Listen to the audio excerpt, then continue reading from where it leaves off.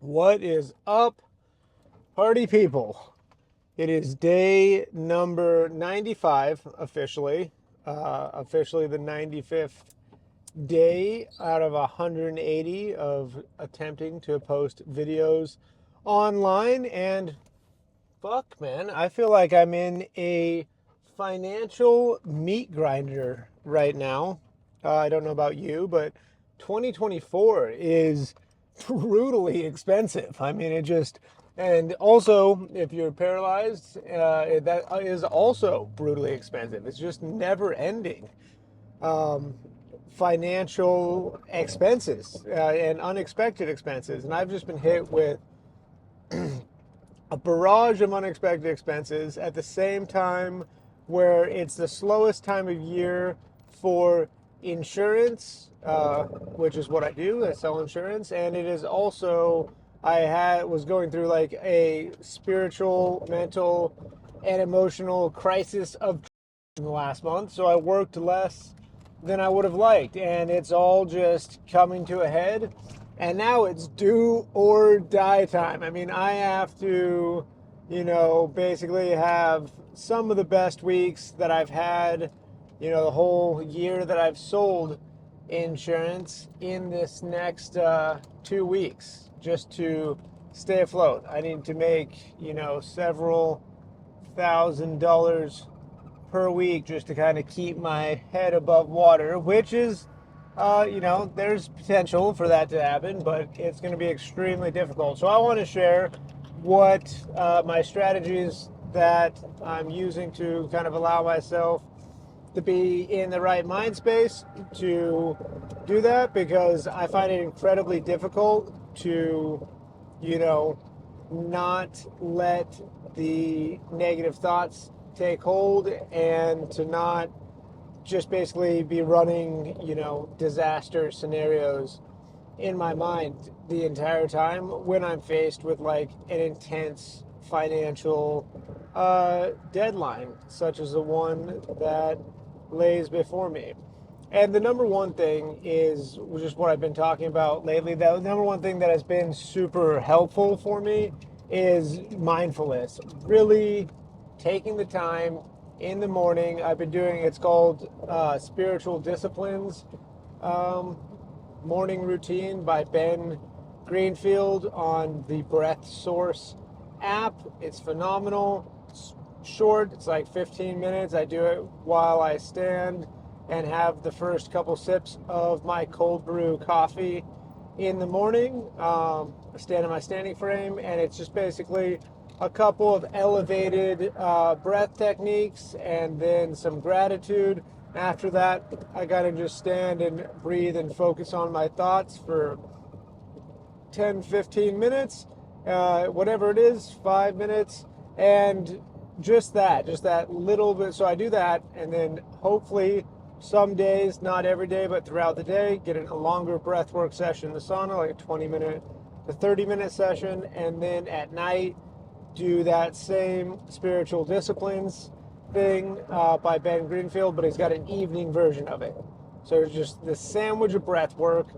And the reason that really helps and why I'm just hammering the importance of breath work lately is because it makes me aware of the thoughts in my mind and allows me to be separated from them, where I can observe them. And it's, if you are like me and you've had a narrator inside your mind for your entire life, thinking for you, and you just naively or just, whatever, you just assumed that narrator, was you, then this practice is for you. You definitely can separate yourself from that thinking thought, in the sense of like, when thoughts come up, you realize that, they're trying to pull you into a certain emotional direction.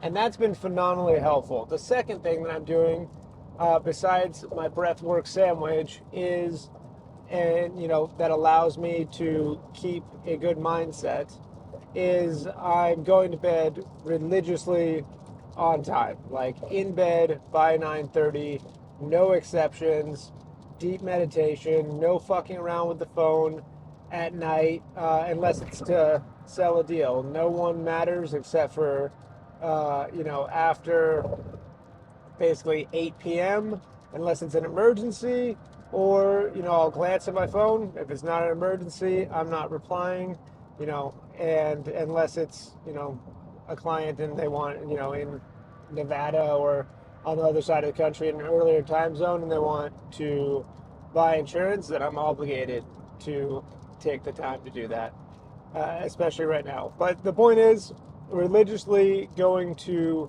bed on time and waking up at the same time.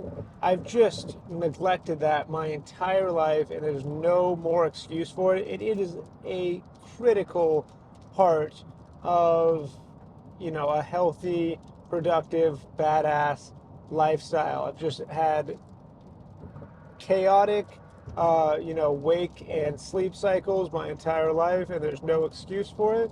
And another thing that has got me really motivated to sleep well and to take care of my sleep. Oh, so one thing I'm doing to help facilitate that is I'm just taking a milligram of melatonin and a little bit of magnesium right before I leave work, because I leave work about 8 o'clock. And so, 7:30, 8 o'clock.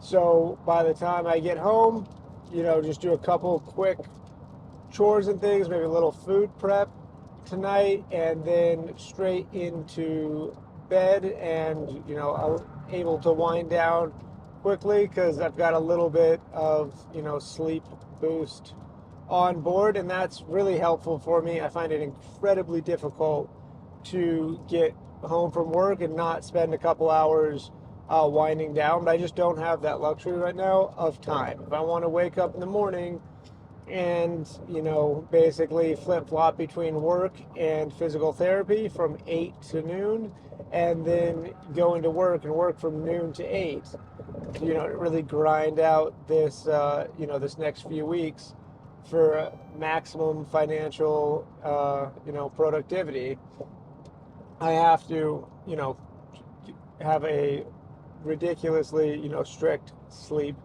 schedule. And I think that's just going to be something that I try to adopt going forward forever. I really want to be a guy that, goes to bed at 9:30, wakes up at 5:30 religiously every day. I think that is, my natural prototype or whatever. At least it is if I am, working a traditional kind of 9 to 5 job situation, or 9 to whatever hell time I work situation.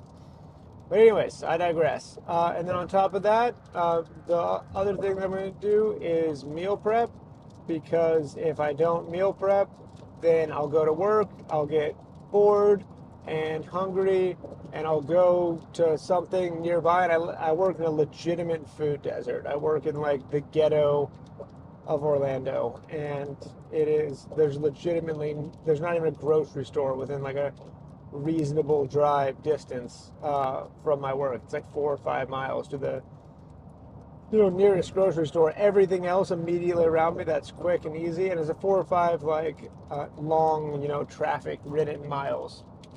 And so even anything close by, it's going to be a compromise on my digestive health, and it's going to fuck up my stomach. That's, I said it in a nice way and then just went in and said it in a real way. It's going to, not my stomach, my intestines, really. My stomach is bulletproof, but my intestines will not fare well if I don't prep food, and that just makes me, a nasty person internally. Physically and mentally, emotionally, I just cannot endure, constant, abdominal discomfort elegantly. I am not good at it. I am unhappy, and, I can endure back pain with a smile and a great attitude, and, maintain, joy, bliss, happiness, and, gratitude through some really intense back and nerve pain. But my belly hurting, and I'm just a princess bitch. I am not in a good mood, and I can't keep a positive outlook, and it just totally derails my work in every single way, shape, and form. So, meal prepping, sleep, and breath work are critical, and then obviously going down and hitting the gym for a couple little sessions while at work each day, and then just doing as much kind of PT as I can in the mornings.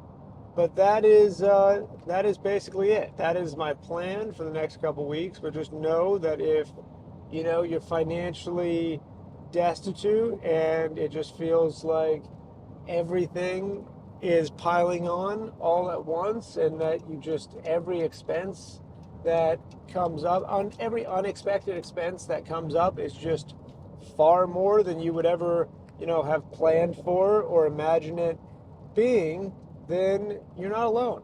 This is gnarly. 2024 is a gnarly year for everyone. It's just I can't believe how much money you have to spend to just sustain yourself, and how much every company is just ripping you off. I just found out that I'm in some I'm an insurance agent, and I don't even know what the hell this is, but I'm in some zone on my insurance plan where, like, some in between zone where basically I met my drug deductible for prescription drugs, but I've reached some zone where now I have to make up a bunch of the cost again. And so I don't even know what I'm going to do on that front, but I have, basically just increased my expenses by like $700, a month or every couple months or something like that. It's like, I don't know exactly what it is, but it's an unfortunate amount, because I already, I pay, $200 or $300 a month just for my prescription drug coverage alone.